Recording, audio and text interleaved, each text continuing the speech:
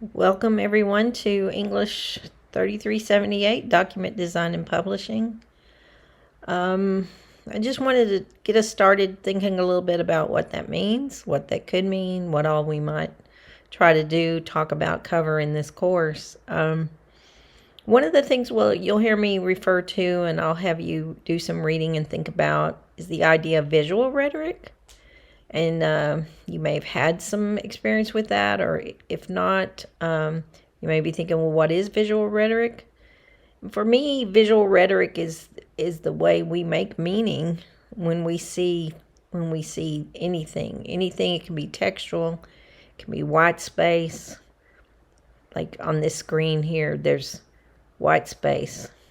It's not always the color white, but it's the absence of any image or text. But even white space creates visual meaning. So we'll be looking at some of that as we go.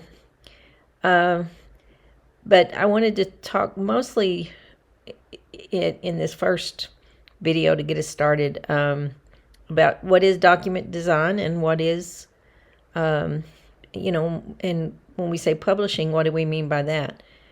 So some of the things I want you to think about is what are documents? What does that mean?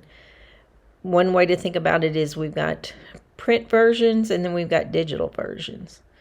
And certainly we all know that in today's world we have to think about not just one way of what a document is, one way of creating a document, one way of using a document. And then publishing is sort of an older term that really relates more to print information. There was more of a formal publication kind of process when everything was just print or hard copy, paper type stuff that you might be more familiar with thinking about it that way. But when we think about even print documents, the way we publish, or I prefer to use the term deliver.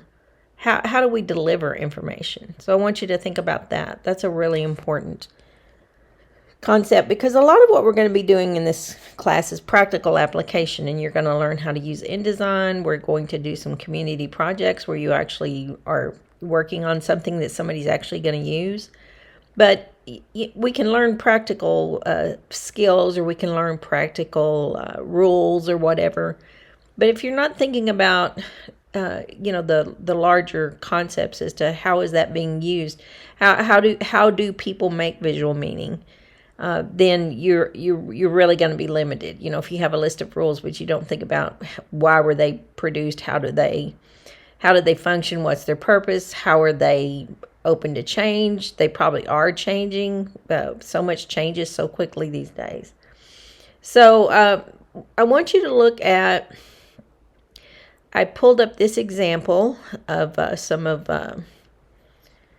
John Craig Freeman's visual work. And there's a video here. You can watch it. And I'll put this link, when I put the link for the video, I'll put this link in the calendar for you as well. But watch this, and I'll just have some questions that I'll post in the calendar too for you to respond to in Blackboard. But watch this as just kind of a way to start thinking about those things I mentioned. What is a document? What is visual rhetoric? What does publication mean? Or when we think of in terms of delivery, what do we need to think about? So anyway, just some stuff to get started and make your head hurt a little bit, maybe not too much, but something to get us going. So anyway, welcome, and I hope you find some of this might be interesting and useful to you.